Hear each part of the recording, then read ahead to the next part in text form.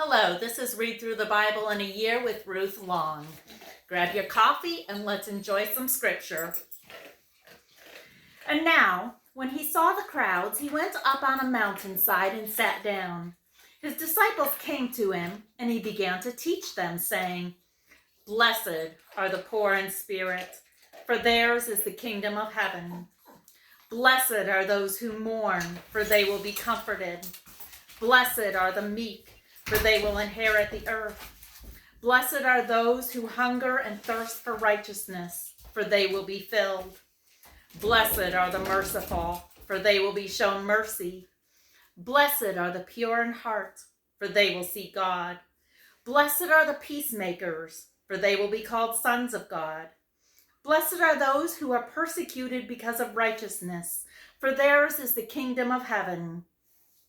Blessed are you when people insult you, persecute you, and falsely say all kinds of evil against you because of me. Rejoice and be glad, because great is your reward in heaven. For in the same way they persecuted the prophets who were before you. You are the salt of the earth. But if the salt loses its saltiness, how can it be made salty again?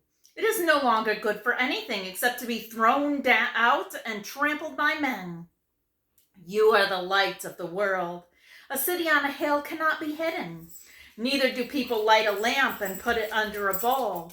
Instead, they put it on a stand, and it gives light to everyone in the house. In the same way, let your light shine before men, that they may see your good deeds and praise your Father in heaven. Do not think that I have come to abolish the law or the prophets. I have not come to abolish them, but to fulfill them. I tell you the truth, until heaven and earth disappear, not the smallest letter, not the least stroke of a pen will by any means disappear from the law until everything is accomplished. Anyone who breaks one of the least of these commandments and teaches others to do the same will be called least in the kingdom of heaven. But whoever practices and teaches these commands will be called great in the kingdom of heaven. For I tell you that unless your righteousness surpasses that of the Pharisees and the teachers of the law, you will certainly not enter the kingdom of heaven. You have heard that it is said to the people long ago, "Do not murder, and anyone who murders will be subject to judgment." But I tell you that anyone who is angry with his brother will be subject to judgment. Again, anyone who says to his brother, "Raca," is answerable to the Sanhedrin. But anyone who says, "You fool," will be in danger of the fire of hell. Therefore, if you are offering your gift at the altar and there remember that your brother has something against you, leave your gift there in front of the altar. First go and be reconciled to your brother, then come and offer your gift. Settle matters quickly with your adversary who is taking you to court. Do it while you are still with him on the way, or he may hand you over to the judge, and the judge may hand you over to the officer, and you may be thrown into prison. I tell you the truth, you will not get out until you have paid the last penny. You have heard that it was said, "Do not commit adultery." I tell you that anyone who looks at a woman lustfully has already committed adultery with her in his heart. If your right eye causes you to sin, gouge it out and throw it away. It is better for you to lose one part of your body than for your whole body to be thrown into hell. And if your right hand causes you to sin, cut it off and throw it away. It is better for you to lose one part of your body than for your whole body to go into hell. It has been said, anyone who divorces his wife must give her a certificate of divorce. But I tell you that anyone who divorces his wife, except for marital unfaithfulness, causes her to become an adulteress. And anyone who marries the divorced woman commits adultery. Again, you have heard that it was said to the people long ago, do not break your oath, but keep the oaths you have made to the Lord.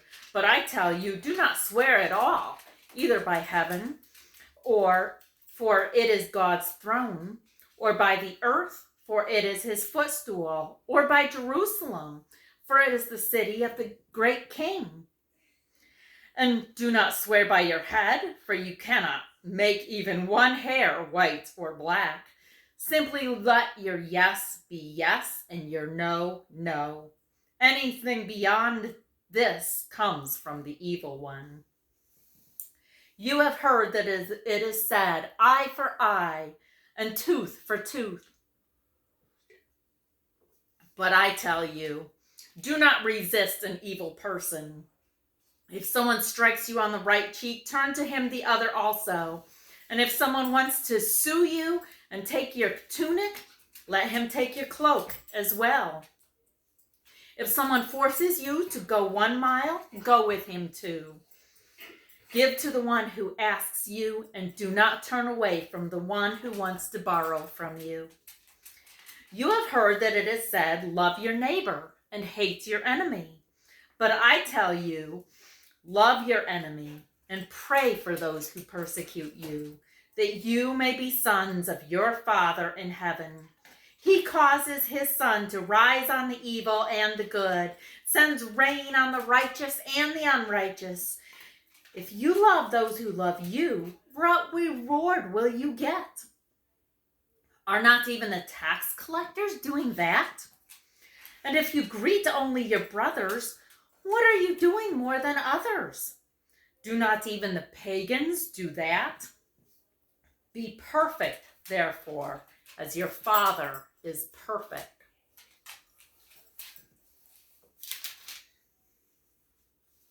And Psalms chapter 5. Give ear to my words, O Lord. Consider my sighing. Listen to my cry for help, my King and my God. For to you I pray. In the morning, O Lord, you hear my voice. In the morning I lay my requests before you and wait in expectation. You are not a God who takes pleasure in evil. With you the wicked cannot dwell. The arrogant cannot stand in your presence. You hate all who do wrong.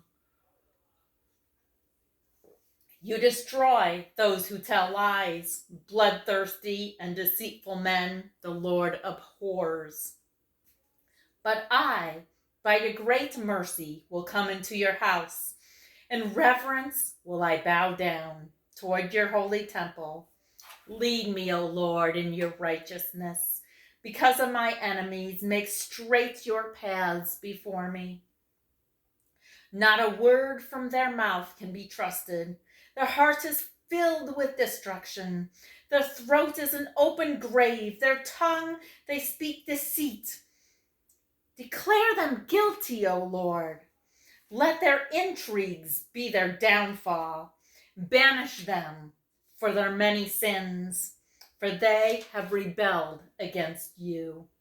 But let all who take refuge in you be glad. Let them sing for joy. Spread your proclamation over them. Spread your protection over them, that those who love your name may rejoice in you.